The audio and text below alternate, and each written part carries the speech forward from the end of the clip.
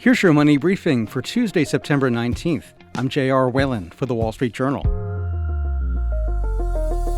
Several large retailers are facing litigation for deceiving consumers with sale prices that weren't actually discounts. Wall Street Journal reporter Patrick Coffey looked into this and joins me. So Patrick, walk us through how this deceptive pricing is done. Well, it's one of the oldest practices in the retail industry, and it's relatively simple. For example, if you have a shirt or a vest that regularly sells for $19.99 at a given store, the retailer will briefly raise that price to, let's say, $40, and then bring the price back down and advertise the item as being 50% off for a limited time.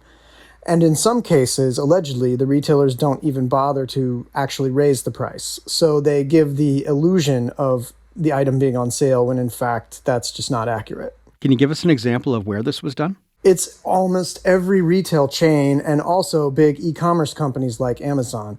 For example, in our story, we cited a research paper that went over the sales of vacuum cleaners on Amazon over a given amount of time in 2017.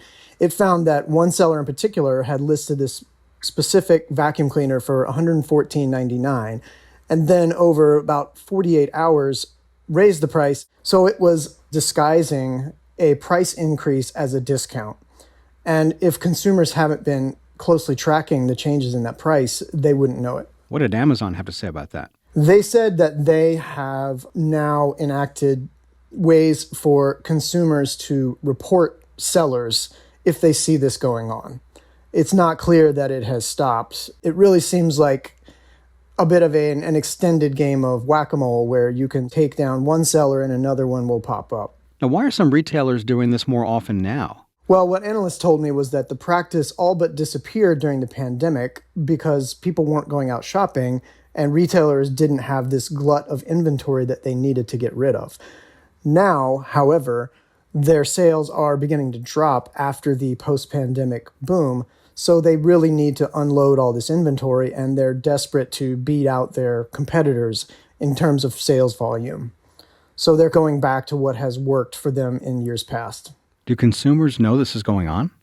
In most cases, I would say no. I mean, speaking for myself as a consumer, I really had no idea. And that's one of the reasons that I found this story so interesting. On the one hand, you see these sale promotions all the time and they start to blend together and you wonder how accurate they are. But I really didn't know exactly how this goes down. And it was surprising to me. So what happened to companies that have gotten caught doing this? An increasing number are getting sued.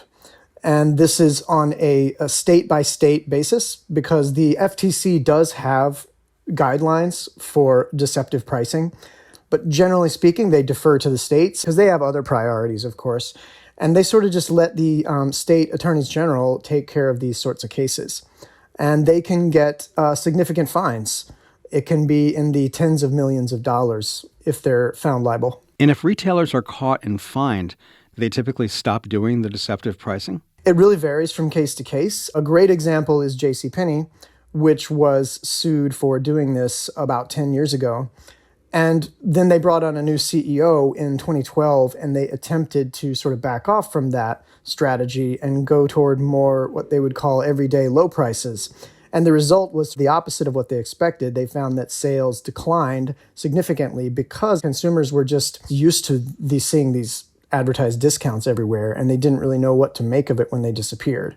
And then not a decade later, they were sued for allegedly using the same practice. Wow, there's a lot here for consumers to keep track of. How can they raise their radar to spot this type of deceptive pricing? It's difficult, but e-commerce has enabled us to do a lot more comparison shopping. The answer is if we're looking for a specific item, then we need to be on top of any price changes in that item. There are also some services that track changes in prices of an individual product on platforms like Amazon. But generally speaking, it's clear that this practice has led to increased confusion among consumers. So this can really give consumers fits when they're trying to go through a store and keep to a budget. Can this problem go away? Well, the conclusion of a recently published research paper is essentially that no, it can't. And the reason is that the losses or the risk that a retailer faces in potentially losing out in sales to a competitor is greater than the risk it faces from paying tens of millions of dollars to settle a related lawsuit. So in the grand scheme of things, the fine is just a slap on the wrist? Essentially, yes. That's Wall Street Journal reporter Patrick Coffey. And that's it for your Money Briefing. Today's show was produced by Ariana Osperu, with Deputy Editor Chris Zinsley and Supervising Producer Melanie Roy. I'm J.R. Whalen for the Wall Street Journal. We'll be back tomorrow morning. Thanks for listening.